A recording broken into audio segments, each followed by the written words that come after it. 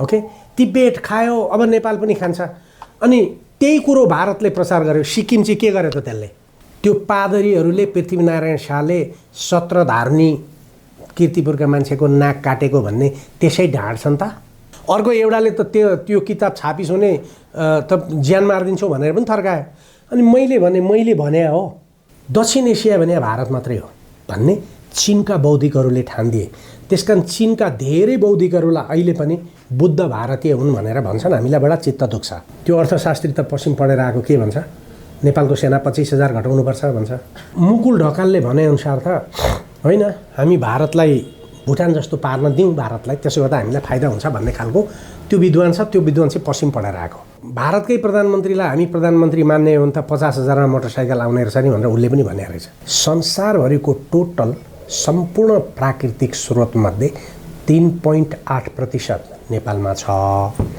यो जटिल त्यति छैन तर यसलाई जटिल बनाउनका लागि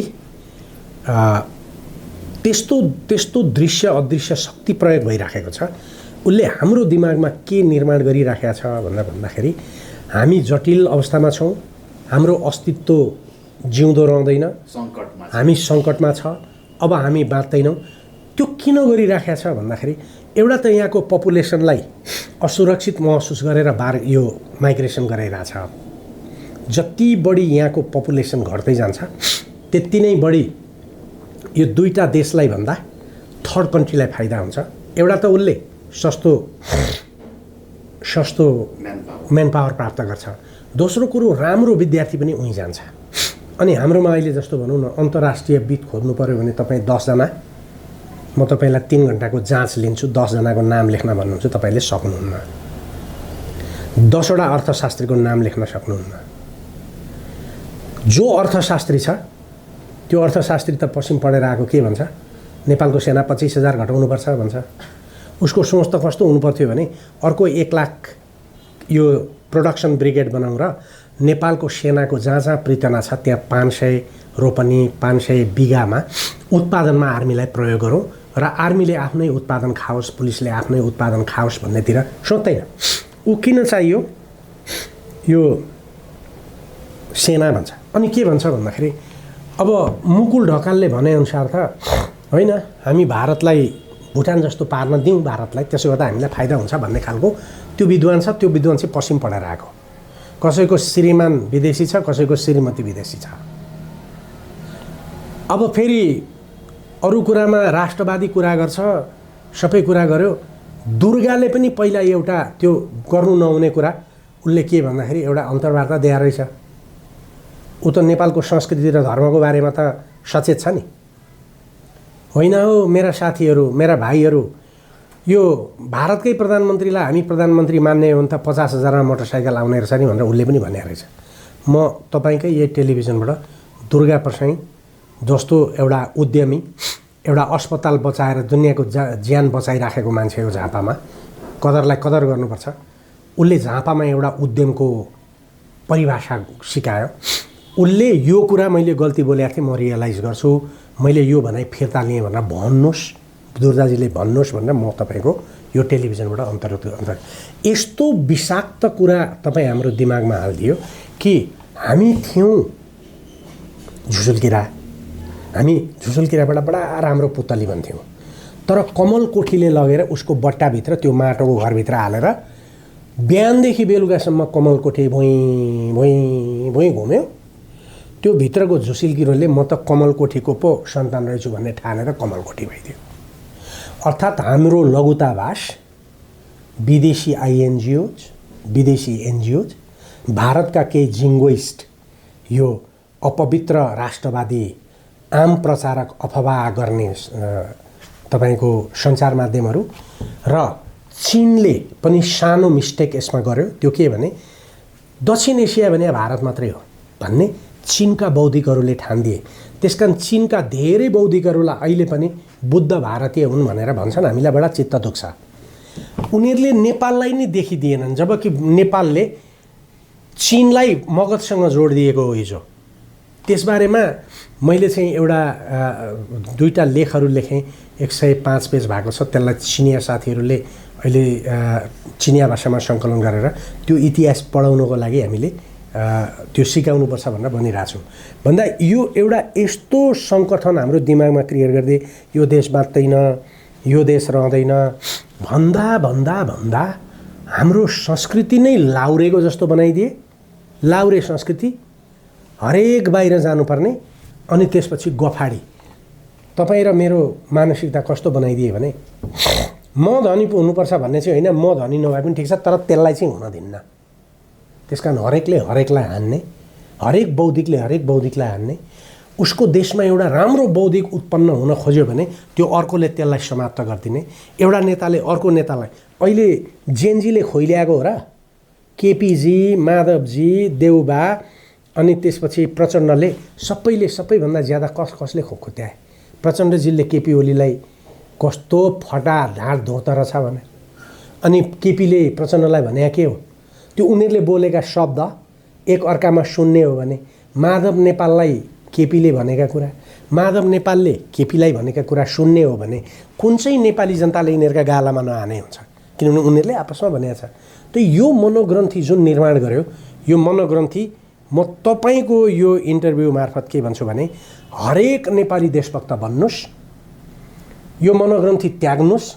यो संयुक्त राष्ट्र सङ्घको सदस्य भएको देश, सेक्युरिटी काउन्सिलको एउटा स्थायी सदस्यको सिमानामा जोडिएको देश र आज एउटा प्रमुख अन्तर्राष्ट्रिय सम्बन्धको घटक भएको भारतले नेपाल र चीन खाँदैन। चीन र भारतले नेपाल खाँदैनन्, तर नेपाल खाने सङ्गठन कहाँबाट आयो म तपाईँलाई बताउँ।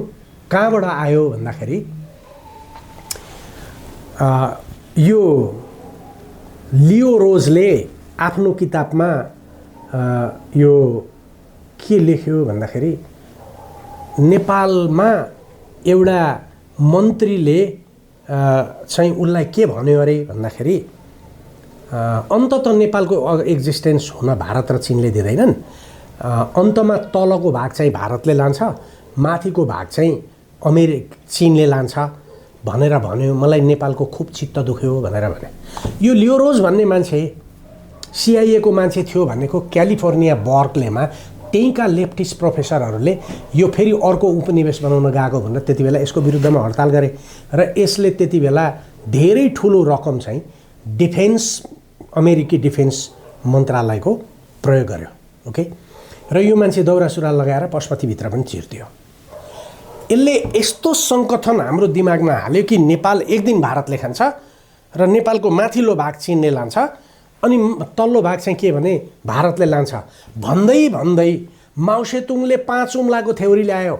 नेपाल, बङ्गलादेश, कुन भनेर यो पनि यहाँ प्रचार गर्ने थुप्रो पत्रकारहरू थिए। हेर्नुहोस्, त्यो माओसेतुङले भने होइन, त्यो च्याङ्काई सेकले एउटा अर्कै सन्दर्भमा भनेको थियो। ओके, तिब्बत खायो, अब नेपाल पनि खान्छ। अनि त्यही कुरो भारतले प्रचार गर्यो। सिक्किम चाहिँ के गर्यो त त्यसले? यदि तिब्बत चीनले लग्या हो भने सिक्किम त्यसले लग्या होइन। सिक्किम त भारतको कहिले पनि थिएन, त्यो त नेपालको थियो पहिला। तर तिब्बत त 12औं शताब्दीदेखि त तिब्बतको चीनको युएन डाइनेस्टी र तपाईँको कुब्लाई खान र तिब्बतको राजाको बिचमा सम्झौता भएर त्यो भएको हो नि त। त्यो सम्झौता त छ त, गरे हेरे हुन्छ नि त। त्यही कारण राजा त्रिभुवनले चिनिया कम्युनिस्ट पार्टीको पिपल्स लिबरेसन आर्मीले तिब्बतलाई लिबरेट गर्ने बित्तिकै सबैभन्दा पहिलो वक्तव्य नै त्रिभुवनले दिए हो। हामीलाई कुनै डर छैन, हामीलाई पहिलेदेखि थाहा छ तिब्बत चाहिँ चीनकै प्रोटेक्टोरेट देश हो भन्ने हामीलाई थाहा छ भनेर त्रिभुवनले त्यति बेला बोलेको छ। हेर्नुहोस्, एउटा त यो अवस्था यसले क्रिएट गर्यो। अब तपाईँको यो घटना कहाँबाट चाहिँ दोहोरियो भन्दाखेरि जोन वेल्प्टन भन्ने एउटा मान्छे जो ब्रिटिस इतिहासकार हो, उसले तपाईँको यो मैले अहिले ठ्याक्कै मेरो दिमागमा बिर्सेँ, यो सर्भाइभल स्ट्रेटेजी कि सर्भाइभल कोर्स भन्ने किताब हो यो लियो रोजको। यसलाई तपाईँले हेरेर त्यहाँ लेखिदिनु होला। यो धेरै किताब पढ्दा पढ्दै किताब बिर्सिसकियो क्या अब। अनि त्यो किताबको फेरि प्रकाशन गर्यो 8-10 वर्ष अगाडि यो मण्डला बुक्सले। मण्डला किताबले यो किताब छाप्यो। यो किताब किन छाप्यो? आवश्यकै थिएन। अरू किताब छापेमा हुन्थ्यो। हामीले लेखा जियो इकोनोमिक्स जस्ता त छाप्दैन यिनीहरू, उल्टा हामीले पैसा दिनुपर्छ छाप्न भन्यो भने पनि।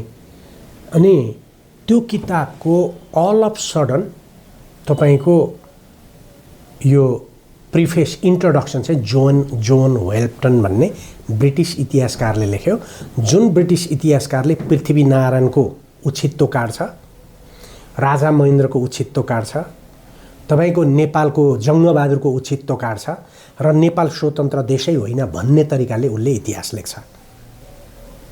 त्यो इतिहास चाहिँ उसले कस्तो लेख्छ भन्दाखेरि त्यो पादरीहरूले पृथ्वीनारायण शाहले 17 धार्नी कीर्तिपुरका मान्छेको नाक काटेको भन्ने त्यसै ढाँट्छन् त भनेर 17 धार्नी काटेको कुरो प्रमाणित गर्न पनि ऊ इतिहासमा लेख्छ। यो सिल्भियन लेबीले यही कुरो गर्छ, तपाईँको कर्पेट्रिकले यही गर्छ। तर यहाँका विद्वानहरू ठुल्ठुला आधारभूत हाम्रा कानुनका किताब, विज्ञताका किताब भनेर ती किताब छाप्छन्। हेर्नुहोस्, देशभक्ति मरेको छ। त्यसमा पनि म बेला बेला भन्छु नि, बाहुन र छेत्रीको चाहिँ अत्यन्तै ज्यादा चाँडो मरिरहेछ अहिले यो हस्तक्षेप। यो जातिवादी भएको होइन, तर यो कुन अर्थमा मैले भने सबै विद्वान जति त बाहुन छेत्री छन् नि त, जनजातिलाई भर्खर पढाएर भर्खर हुँदैछन्। एउटा हर्कबहादुर गुरुङ, एक दुईवटा चाहिँ तपाईँको थोरै आउँदैछन्, बाँकी भए जति त जम्मै थियो नि।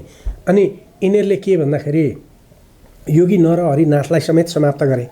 तपाईँले सुन्नुभएको होला, योगी नरहरिनाथले 2028 सालमा राजा वीरेन्द्रले अमेरिकी सहयोगबाट सुरु गरेको जुन नयाँ शिक्षा हो, यो हाम्रो होइन सरकार, यसले देश समाप्त गर्छ, संस्कृति समाप्त गर्छ भनेर अनेक हारुहार गरे। पोल लगाउँदा त्यस्तो देशभक्त एउटा योगीलाई लगेर जेलमा हालिदियो त्यति बेला। हेर्नुहोस्, यो जोन वेल्प्टनले के लेख्छ अब अहिले यो मण्डलाले छापेको किताबको प्रिफेसमा भन्दा त्यति बेला लियोरोजले यो लेख्यो। अवस्था त्यस्तै देखिन्छ। अब केही वर्षभित्र उत्तर चिनले र दक्षिण भारतले लान्छ, यिनीहरूको बिचमा सम्झौता हुन्छ भन्ने तरिकाले फेरि त्यसलाई रिइन्फोर्स गरेर अत्यन्तै बढी जोड दिएर लियोरोजको कुरालाई अहिले फेरि पछिल्लोचोटि ल्याइदियो।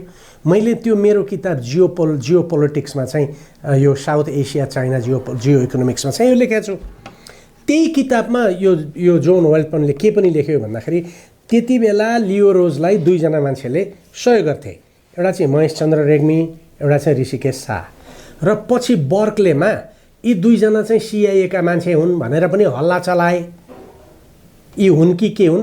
तर उसले त्यो दुईजना मान्छेलाई सिआइएका मान्छे थिए भनेर त्यहाँ लेख्नुपर्ने कुनै कारणै थिएन। अब महेशचन्द्र रेग्मीको छोरो रहेछ न्युजिल्यान्डमा बसे, मलाई चाहिँ थर्कायो एक दिन टेलिफोन गरेर। अर्को एउटाले त त्यो किताब छापिस भने त ज्यान मारिदिन्छौ भनेर पनि थर्कायो। अनि मैले भने हो, त्यो जोन वेल्प्टन भन्नेलाई भन न, उसले सन्दर्भ बिना त्यहाँ चाहिँ ऋषिकेश शाह र महेशचन्द्र रेग्मी चाहिँ सिआइएका मान्छे थिए भनेर त्यति बेला काठमाडौँमा कुरा हुन्थ्यो र यिनीहरू लियोरोजको पैसा खान्थे भनेर उसले लेख्या किन? उसले लेख्यो पो भन्या त। मलाई लाग्दैन महेशचन्द्र रेग्मीलाई म चिन्दिनँ, तर मैले चिन्न त ऋषिकेशलाई त मैले चिने हो। ऋषिकेशका थुप्रो किताबहरू इन्डियाबाट छापिन्थे, अनि त्यो इन्डियनहरूले किताबको पैसा ऋषिकेशलाई चाहिँ राम्रैसँग दिन्थे र हरेक किताब एडिट हुँदा ऊ पनि विशालनगर, म पनि विशालनगर त्यति बेला बस्ने भएको हुनाले सबै किताबको एग्रिमेन्ट चाहिँ मैले लेखिदिन्थेँ। मलाई कहिले पनि लागेन, बरु भारतको नजिकको हो कि ऋषिकेश भने जस्तो लाग्थ्यो। अनि बाबुरामजीसँग पनि एकदम नजिकको सम्बन्ध थियो। बाबुरामजी पनि त्यतैकै बढी तारिफ गर्ने भएको हुनाले त्यही सङ्गत हो कि जस्तो लाग्थ्यो। तर सिआइएको जस्तो मलाई लागेन। तर त्यो किताबमा त्यो लेखक त्यसमा मलाई मार्ने धम्कीसम्म हाने। हेर्नुहोस्, त्यो किन ल्याइयो भन्दाखेरि फेरि नेपालको डिभिजनको त्यही मनोग्रन्थी सिर्जना गर्नको लागि।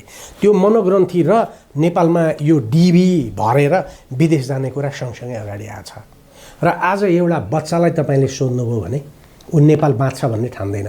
म तपाईँ मार्फत के भन्न चाहन्छु भने नेपालको सुखद दिन आउँदैछ।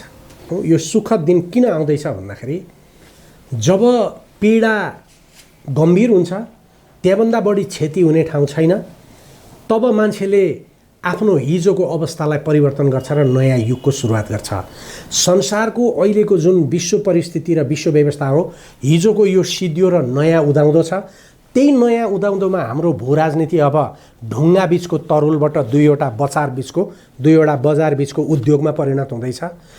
भारतले पनि नेपाल खान सक्दैन, चीनले पनि नेपाल खान सक्दैन। तर तपाईले यिनीहरूसँग डायलग गर्ने क्षमता विकास गर्नुपर्छ। आजसम्म आइपुग्दा नेपाल स्वतन्त्र देश रहन्छ, नेपाल समृद्ध देश बन्छ भन्ने विश्वास समाप्त भइरहेछ। एउटा इसी मोडमा लामो समय काम गरेको एकजना साइन्टिस्टले काठमाडौँ स्कुल अफ लमा एउटा प्रेजेन्टेसन गर्दाखेरि नेपालको टोटल मिनरल्स, वाटर, त्यसपछि रुख पात, त्यसपछि फलाम खानी, सुन खानी, तेल खानी सबैको जुन सर्वे गरेर लेखेको एउटा रिपोर्ट उनले प्रेजेन्टेसन गरे। त्यो प्रेजेन्टेसनमा उनले के भने भन्दाखेरि संसारभरिको टोटल सम्पूर्ण प्राकृतिक स्रोतमध्ये 3.8% नेपालमा छ र त्यो नेपालको मात्रै रिसोर्सेस जति छ त्यसलाई प्रयोग गर्दा संसार 100 वर्ष पालिन्छ भन्ने उनको प्रकाशित आर्टिकल छ साइन्टिस्टको। त्यही कुरो मैले एउटा टेलिभिजनमा बोलेको, त्यहाँ तल केही मूर्खहरू के लेखे भन्दाखेरि यो तथ्याङ्कै झुटो हो। अर्थात् एउटा यस्तो समूह बनाएको छ नि अहिले, त्यो समूह नेपाल विरोधी छ, त्यो अर्कै देशको समर्थक छ, कोही भारतको समर्थक होला, कोही चीनको समर्थक होला, कोही अमेरिकाको समर्थक होला, तर त्यो बढी पश्चिमा समर्थक छ। त्यसले नेपालको संस्कृतिको कुरो तपाईले लेख्नुभयो भने रानीका छोरा भनेर बोल्छ तल, कमेन्ट त्यस्तो गर्छ, अश्लील मतलब एकदम अश्लील कुरा गर्छ। अर्को एउटा के भन्दाखेरि नेपालका विद्वानहरूले, नेपालका विज्ञहरूले रिसर्च गरेर लेखेका आर्टिकलहरूलाई यो चोरेर लेखेको हो भनेर अफवाह क्रिएट गरिदिन्छ। यस्तो एउटा विषाक्त अवस्था सृजना गरिराखेको छ कि नेपालका हर मान्छेलाई नेपालको अस्तित्व रहन्छ रहँदैन भन्ने विश्वास त निर्माण भइसकेको छैन, तर रहन्छ